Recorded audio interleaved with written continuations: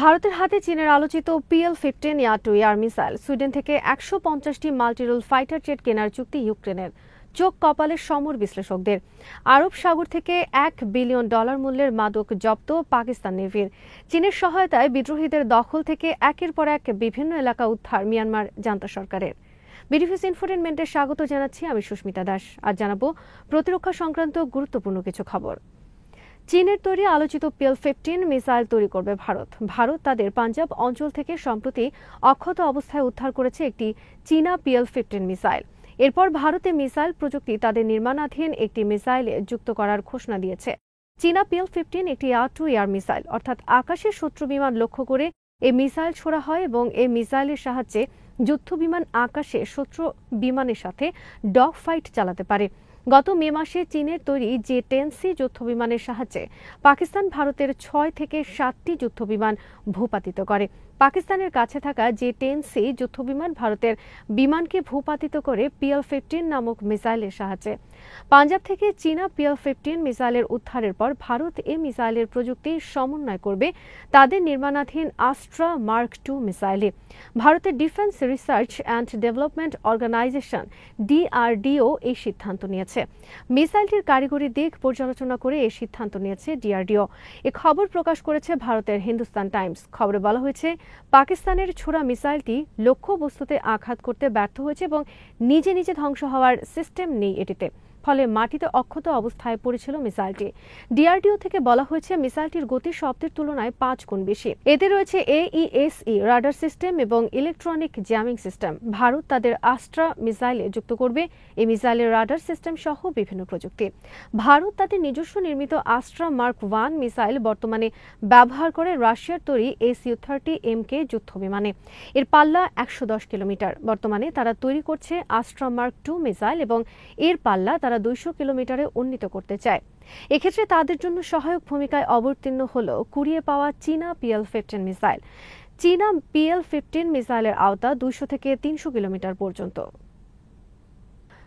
Sweden থেকে 150টি যুদ্ধবিমান কেনার চুক্তি করেছে ইউক্রেন। বুধবার সুইডেন সফরের সময় ইউক্রেন প্রেসিডেন্ট ভলোদিমির জেলেনস্কি সুইডেনের প্রধানমন্ত্রী উলফ ক্রিস্টারসনের সাথে এই বিষয়ে প্রাথমিক সম্মতিপত্রে স্বাক্ষর করেন। সম্মতিপত্রে বলা হয়েছে, ইউক্রেন 100 থেকে 150টি সুইডেন নির্মিত গ্রিপেন নামক সুপারসনিক যুদ্ধবিমান কিনবে। সুইডেনের গ্রিপেন একটি 4th generation multirole fighter jet. এর রয়েছে এয়ার এবং এয়ার-টু-সারফেস বোমা হামলার ক্ষমতা। এতে সংযুক্ত আছে উন্নত রাডার, ইলেকট্রনিক ওয়ারফেয়ার সক্ষমতা এবং ন্যাটো অপারেবিলিটি। বর্তমানে প্রতিটি গ্রিপেন যুদ্ধবিমানের দাম $85 মিলিয়ন। সেই হিসেবে এই বিমানের সাথে অন্যান্য সিস্টেম, পাইলট প্রশিক্ষণ, দীর্ঘমেয়াদী রক্ষণাবেক্ষণ, স্পেয়ার পার্টস সহ অন্যান্য সেবা পেতে খরচ হবে $20 বিলিয়ন বেশি। 1996 সালে এই বিমান সার্ভিসে যুক্ত হয়। সুইডেন এখন পর্যন্ত 3 শতাধিক এই যুদ্ধবিমান নির্মাণ করেছে। সুইডেন ছাড়া দক্ষিণ আফ্রিকা, ব্রাজিল ও হাঙ্গেরি ব্যবহার করে এই যুদ্ধবিমান। সমর বিশ্লেষকদের মতে, বিপুল সংখ্যক সুইডিশ যুদ্ধবিমানের ফলে পূর্ব ইউরোপে বদলে যাবে বিমান শক্তির চিত্র। সুইডেন তার ইতিহাসে এত বড় অস্ত্র বিক্রির চুক্তি করেনি এর আগে।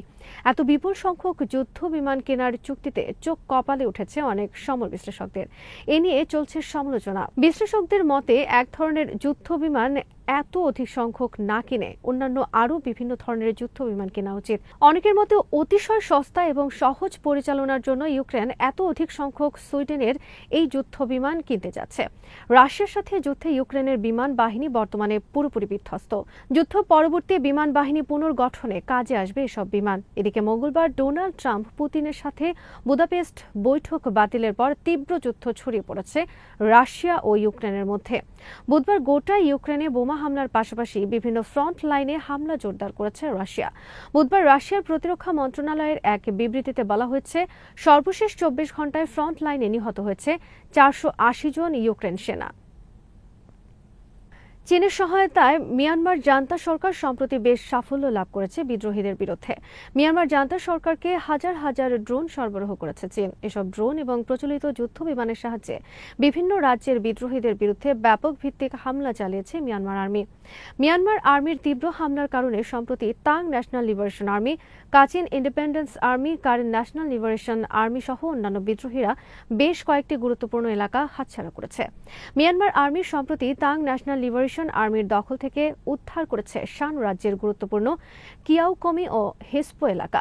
কৌশলগতভাবে গুরুত্বপূর্ণ এই এলাকা দুটি অবস্থিত এশিয়ান হাইওয়ে 14 এর পাশে, যা চীনের সাথে যুক্ত করেছে মিয়ানমারকে। এই রোডটি দ্বিতীয় বিশ্বযুদ্ধের সময়ে বিখ্যাত বার্মা রোড নামে পরিচিত। বিবিসির খবরে বলা হয়েছে, চীনা সহায়তায় মিয়ানমার আর্মি এলাকা দুটি উদ্ধার করেছে বিদ্রোহীদের দখল থেকে। আগামী ডিসেম্বরে মিয়ানমার আর্মি সাজানো জাতীয় নির্বাচন আয়োজন করতে যাচ্ছে। এই নির্বাচনের আগে মিয়ানমার আর্মি চেষ্টা করছে বিদ্রোহীদের দখল থেকে বিভিন্ন এলাকা উদ্ধারের, এবং এতে সহায়তা করছে চীন। চলতি সপ্তাহে মিয়ানমার আর্মি উদ্ধার করেছে থাইল্যান্ড মিয়ানমার সীমান্তবর্তী শহর কেলেক। পাহাড়ের ওপর অবস্থিত এই শহর উদ্ধারে বিদ্রোহী মিয়ানমার আর্মির মধ্যে তীব্র রক্তক্ষয়ী সংঘর্ষ ঘটে। বর্তমানে মিয়ানমার আর্মি তীব্র বিমান হামলা চালিয়ে যাচ্ছে কাচিন রাজ্যের হাপকান্থ টাউনশিপে। এলাকাটি বর্তমানে নিয়ন্ত্রণ করছে কাচিন ইন্ডিপেন্ডেন্স আর্মি। 2021 সাল থেকে মিয়ানমারে গৃহযুদ্ধ চলছে। এই যুদ্ধে মিয়ানমারের সীমান্তবর্তী বিভিন্ন বিদ্রোহী আর্মি দেশটির 60 ভাগের বেশি এলাকা নিয়ন্ত্রণ নিয়েছে। 2023 সালে 3টে বিদ্রোহী সংস্থা যথা Arakan Army, Ta'ang National Liberation Army এবং Myanmar National Democratic Alliance Army মিলে শুরু করে অপারেশন 1027।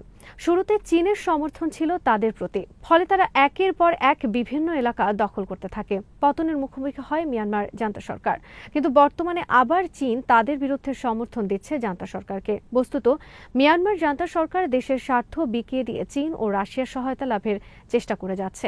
আরাকান রাজ্য থেকে বিশাল তেল গ্যাস লাইন রয়েছে চীন পর্যন্ত, এবং এর মাধ্যমে আরাকান সমুদ্র অঞ্চলের গ্যাস ও তেল চীন নিচ্ছে নিজ দেশে।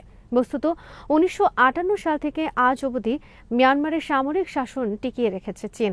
তবে একই সাথে সীমান্তবর্তী বিদ্রোহীদেরও সহায়তা দেয় চীন। চীন এটি করে সামরিক বাহিনীকে নিয়ন্ত্রণে রাখার জন্য। আরব সাগর থেকে $1 বিলিয়ন মূল্যের মাদক উদ্ধার করেছে পাকিস্তান নৌবাহিনী। এ কাজে পাকিস্তানকে সহায়তা করেছে সৌদি আরব, স্পেন, ফ্রান্স এবং যুক্তরাষ্ট্র। মাদক আটকে পাকিস্তানের এই সাফল্যে বিবৃতি প্রকাশ করেছে যুক্তরাষ্ট্রের সেন্ট্রাল কমান্ড এবং সৌদি আরব। বুধবার আরব সাগরে এই বিপুল পরিমাণ মাদক উদ্ধারে নেতৃত্ব দিয়েছে পাকিস্তানের রণতরী ইয়ারমুক। উদ্ধারকৃত মাদকের মধ্যে $822 মিলিয়ন মেথামফেটামাইন, এছাড়া রয়েছে কোকেন সহ আরও বিভিন্ন ধরনের মাদক। এসব মাদক কোথা থেকে কোথায় যাচ্ছিল এবং কারা এর সাথে জড়িত সে বিষয়ে বিস্তারিত তথ্য প্রকাশ করা হয়নি। আজ এখানেই শেষ করছে। সমরাস্ত্র, প্রতিরক্ষা ও কূটনীতির নানা তথ্য জানতে চোখ রাখুন বিডিনিউজ ইনফোটেইনমেন্টে। চ্যানেলটি ভালো লাগলে সাবস্ক্রাইব করুন। সংযুক্ত থাকুন আমাদের ফেসবুক পেজে।